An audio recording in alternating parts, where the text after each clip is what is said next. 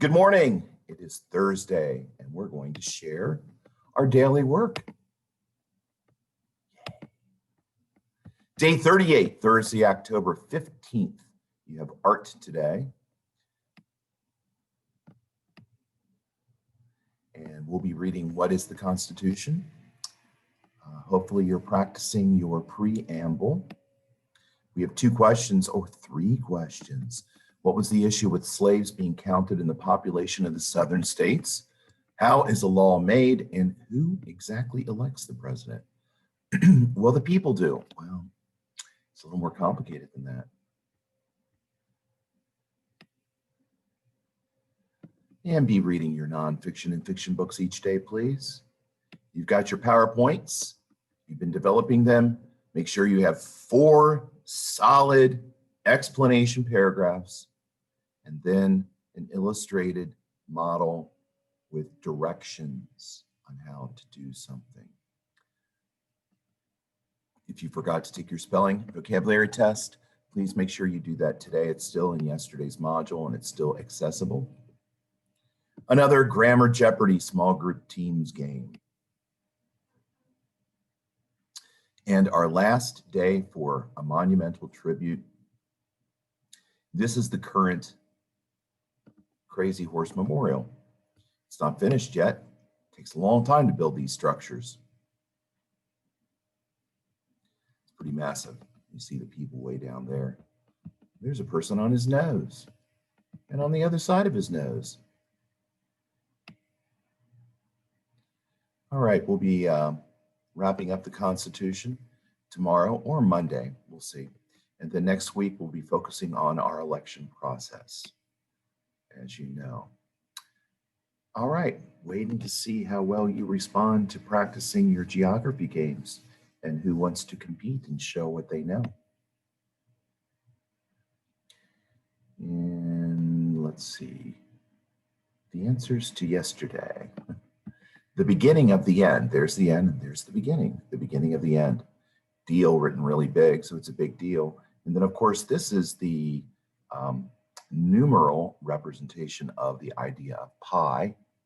Then you have an apple, so it's apple pie, apple pie. Here we have 8 rebuses all together in a beautiful little picture here. So write your answers here, put these answers here, these answers here. And your fun folk, we're all fun folk here on online learning. The fun fact of the day, the Pennsylvania colony was on good terms with the Native Americans. One of the few colonies that was. And in fact, that continued as a state. There was an unsworn treaty in place that was never broken. The Quakers never helped the New Englanders during the Indian Wars. The Pennsylvania colony and then state landscape included mountains, coastal plains, plateaus, and land suitable for farming. Then you have the book down here that we're about to read.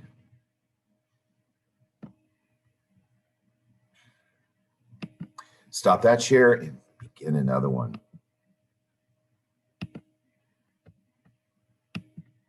Chapter 5. Battle between North and South. Now, what you're going to see here is the seeds for the Civil War that happened 70 years later or so were sown right here by the framers of the Constitution. And this was another compromise because our country had this problem that many of the southern states and many people in the colonies and now states thought that slavery was perfectly fine and acceptable and natural. And there were other people that thought it was terrible and horrible and should be abolished. Was the arguing over now over the number of people in each state?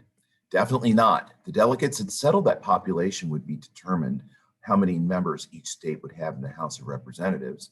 However, there was the terrible issue of slavery to take into account. At the time, there were about 500,000 people in bondage or slavery, almost all of them living in the southern states. Southern plantation owners depended upon slaves' unpaid labor to farm the fields of tobacco, rice, and cotton. Slaves had no rights. They were considered property, not citizens of the country. They couldn't vote. Yet if they were counted in a southern state's population, that state would get many more representatives in the House of Representatives. So you have a group of people in your state that have no rights, no ability to vote, yet they want to be counted because that state will then have more power in the House of Representatives due to population. Of course, that's what the southern states wanted. Now, these were states with gradual or full emancipation of slavery right here, the northern states. There's Luther Martin. However, the thought of southern states gaining more power in Congress because of their slaves made northern delegates furious. Many of them hated slavery and spoke out against it. Even several framers who were slaveholders, including George Washington and James Madison, hoped slavery would end. Luther Martin of Maryland declared that the dishonorable slave trade went against the principles of the Revolution. George Mason of Virginia said slavery brought the judgment of heaven down on a country. Slavery also went against the Declaration of Independence, which declared that all men are created equal. But Southern delegates made it clear that they would leave the convention if the new Constitution outlawed slavery. And without the South, there would be no nation, much less no Constitution. So the issue was whether slaves should be counted as part of the state's population. Here's the deal, though. All men are created equal. Unfortunately, in the minds of many people in Europe and in the colonies and now states, they viewed the slaves and people from even Asia, Africa, not as complete people like they were. They didn't view them as fully human. That's really, really not a good thing. Once again, the delegates struck a compromise. They agreed that the Constitution would say that each enslaved person was counted as only 3/5 of a person, 60% of a person. If you read the Constitution, the word slaves never appears. The delegates avoided using it on purpose. Confusing words such as other persons were used instead. The word slavery was hidden away in the Constitution, said the 16th President Abraham Lincoln, just as an afflicted man hides away a cancer which he dares not cut out at once, lest he bleed to death. The compromise over slavery kept the convention alive and made it possible to have a constitution. Delegates who hated slavery felt their hands were tied, yet the Constitution, so successful in other ways, utterly failed African Americans in bondage. In fact, the Constitution stated that if you were a slave, if you had been brought over from Africa, you were only 3/5 of a person, 60% human. Slavery after 1787. The Constitution also stated that the slave trade had to end in 1808. But that only meant that no new slaves would be brought into the country. By 1808, however, there were more than 4 million enslaved people in the United States. The issue of slavery never went away and kept splitting North and South further and further apart. Finally, the United States did break apart in the Civil War, 1861 to 1865. The Union won the war and slavery was banned forever. Chapter 6. Decisions. Should a 20-year-old or a foreigner be head of the U.S. government? What should be done if that leader acts badly or breaks laws? Do ordinary citizens know enough to vote for a president? How long should members of Congress serve? Should Supreme Court justices keep their jobs for life? Decisions, all the details that we have now written out that some people, again, assume things are just the way they are because they've always been that way. And that's never true. They're that way because somebody at some point decided that they would be that way. It wasn't never just because. The framers had so many questions to debate in order to put together a brand new government, even once the central issues were solved through compromises. Today, you can see their answers in action in our government. In its 11 years as a country, the United States hadn't had anyone in charge, but that had led to problems. A leader was needed to command the armed forces, to deal with foreign nations, to guide the United States in an emergency. The delegates were willing to have a strong hand, but not too strong, No kings or tyrants wanted. For this reason, some delegates were afraid of having just one person at the head of government. It sounded too much like a ruler. They suggested 3 executives, one from each part of the country. After days of debate, the delegates decided there would be just one head of the nation to be called president. The president had to be at least 35 years old and born in the United States. America's youngest presidents have been Theodore Roosevelt, 42, and John F. Kennedy at 43. Although the president would be named commander-in-chief, would he act on his own to declare war on an enemy? No. The delegates believed that decision was too important for just one person to make. Only Congress could send the nation into war. A president could propose, suggest laws, but could not make laws. That was the job of Congress. But the framers did give the president a special power to veto. Veto means the president stops a bill from Congress by refusing to sign it. In other words, a bill is introduced. The House of Representatives argues, passes it. Sends it to the Senate, they argue, they pass it. They send it to the president, and the president says, nope, I veto it. It's not going to become a law. Can you work around that? Yes, you can. Let's see how a law is made. The way Congress passes a law is spelled out in the Constitution. A law begins with a proposal or a bill. Either House of Congress can introduce it.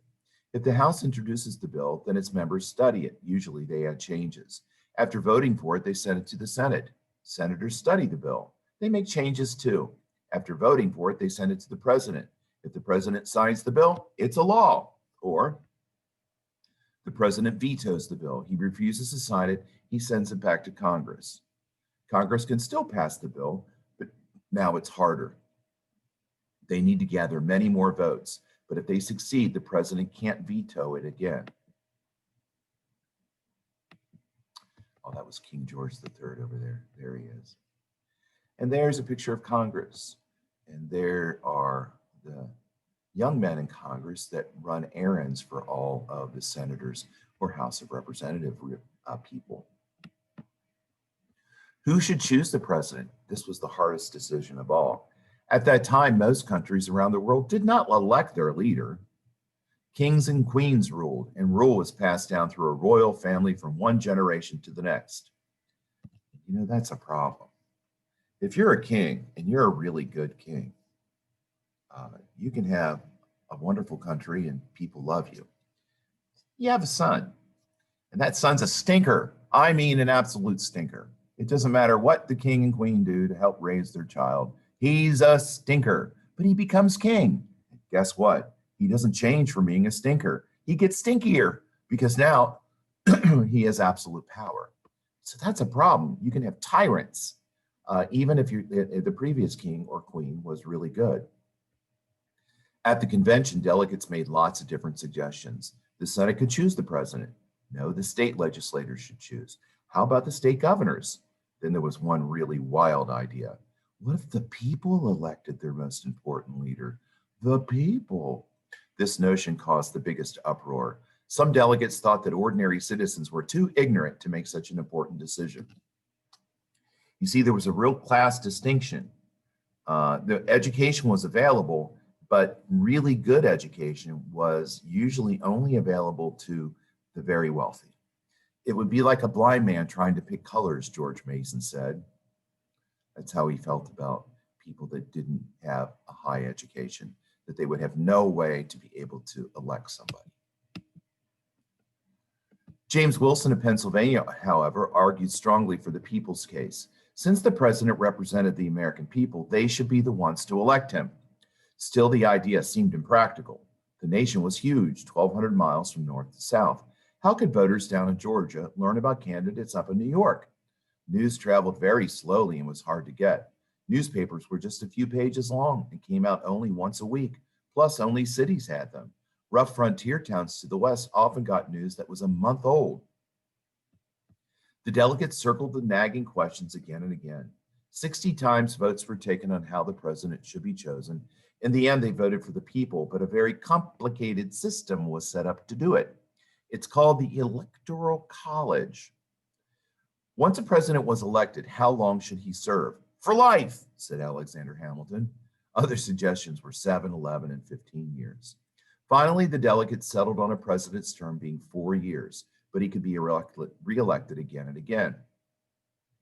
In 1951, the 22nd Amendment put a limit on terms. A president can only be elected twice.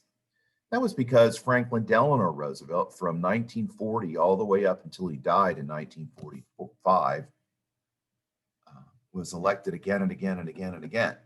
And after he died, and after World War II, a lot of the senators and representatives decided we need to set even more limits on this. They can only be president for 2 terms or 8 years. What if a president dies in office or becomes very ill? What then? The delegates created the role of a vice president, someone who may counsel the president and be second in line to take over if necessary. During our history, this has happened 9 times. The most recent was when Vice President Gerald Ford took over after President Richard Nixon resigned in 1974. Now, the Electoral College. Today, citizens of each state elect their senators, U.S. representatives, governors, and many other officials by direct popular vote. The candidate who gets the most votes wins the election. But to elect a president, there is a very complicated system. Even though citizens cast a ballot for the candidate of their choice, they are counting indirectly for the president. Each state has a certain number of electors chosen by the political parties of that state, and their vote for president is what counts. This complicated system can result in a president taking office whom the majority of Americans did not vote for. Recently, this was the case both in 2000, when Al Gore lost the presidency to George W. Bush, and then again in 2016, when Donald Trump was elected president instead of Hillary Clinton. Now, how did that happen? How can you have a person lose when they got more popular votes? Because it all comes down to that representative idea that you have a certain population, and that population gets more electors in the Electoral College. The delegates also gave the vice president a day-to-day job, presiding over the Senate. If there's a tie vote, the vice president breaks the tie. An elected president might turn out to be bad or reckless. If that happens, the Constitution could take action. The president could be removed from office. How? First, the House of Representatives votes to impeach him. Then there's a trial in the Senate. So far, only 2 presidents, Andrew Johnson and Bill Clinton, have been impeached, but neither was removed from office. Now, President Donald Trump was also impeached, but he was not removed from office either. When the delegates turned their attention to the Supreme Court, decisions were easier to make. Delegates were very familiar with how courts work. About half are lawyers themselves. They set up a Supreme Court with 9 judges to act something like referees. You can think of the judicial system being set up like a triangle, lots of local courts at the bottom, higher courts in the middle that might overturn the rulings of lower courts, and then a Supreme Court at the very top. Only the most important cases reach the Supreme Court. It has the final say on any rule of law.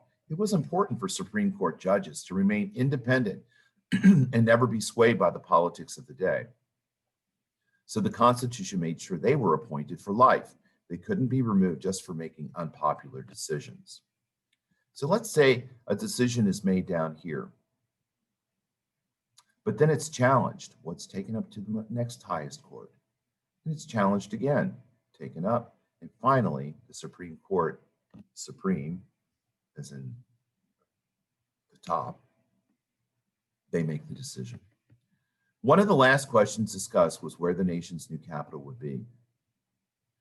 All agreed that it shouldn't be part of any state. Instead, a special district about 10 miles square would be set aside for the nation's capital.